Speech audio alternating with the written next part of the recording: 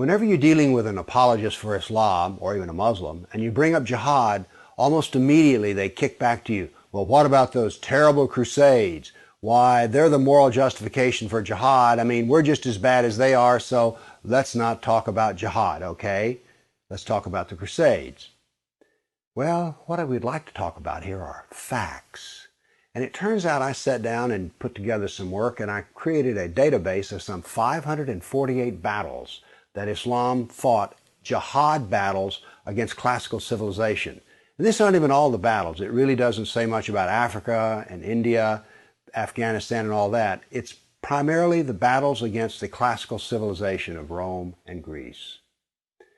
So, 548 battles is a lot, and it's too much to even comprehend. So I created something which I call a dynamic battle map, in which you have a display of the Mediterranean, and a white dot means that this 20-year period, that's a new battle. So every time the screen changes, it's 20-year period.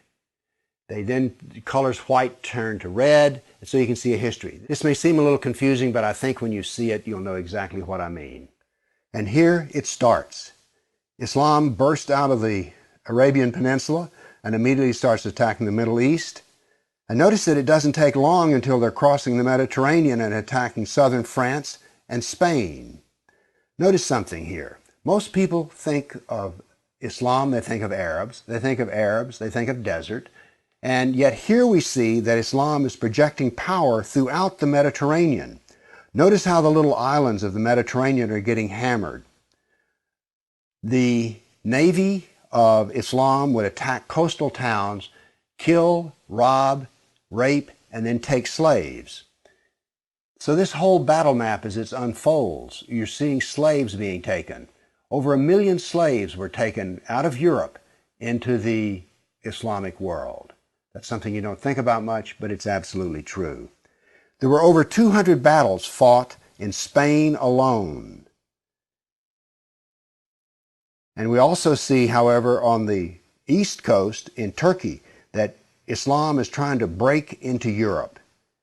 Now, what's going to happen is, in Spain, this ongoing fight that lasted for 400 years, the Christians are going to push back the Muslims.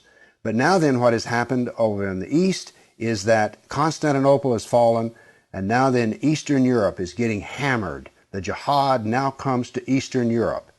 It's pushed out now of Spain. Northern Africa is now completely Islamic. The Middle East is completely Islamic. This is all jihad, relentless jihad. And why is it so relentless? Well, Muhammad was relentless in his jihad. And these people are good students of Islam, and so it's against the kafir, on and on.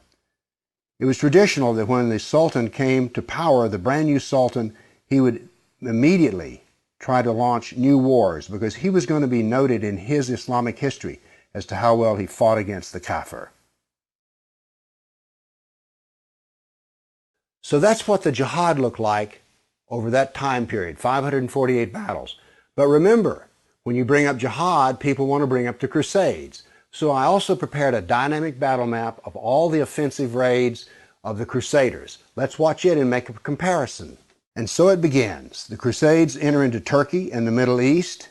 Battles go on, but aren't there far fewer than you thought there might be?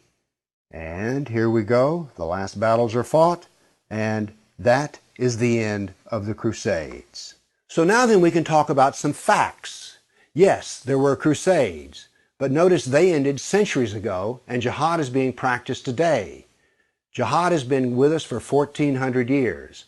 There is no comparison between jihad and the Crusades, certainly not a moral comparison. And when you're looking at the Crusades, remember, in one sense, all of the Crusades were defensive wars. Why? Well, as we saw on the first jihad map, it was Islam that came out of Arabia and conquered the Middle East, a Christian Middle East. And so the Crusaders were trying to free their Christian brothers and sisters from jihad. So there's no moral comparison at all. The motivation of the Crusaders was to free Christians. The purpose of jihad is to enslave the kafir. So the next time you hear somebody talk about, oh, those dreadful Crusades, you've seen some facts about the matter. Why don't you pipe up and tell them you know, you don't really know the matter.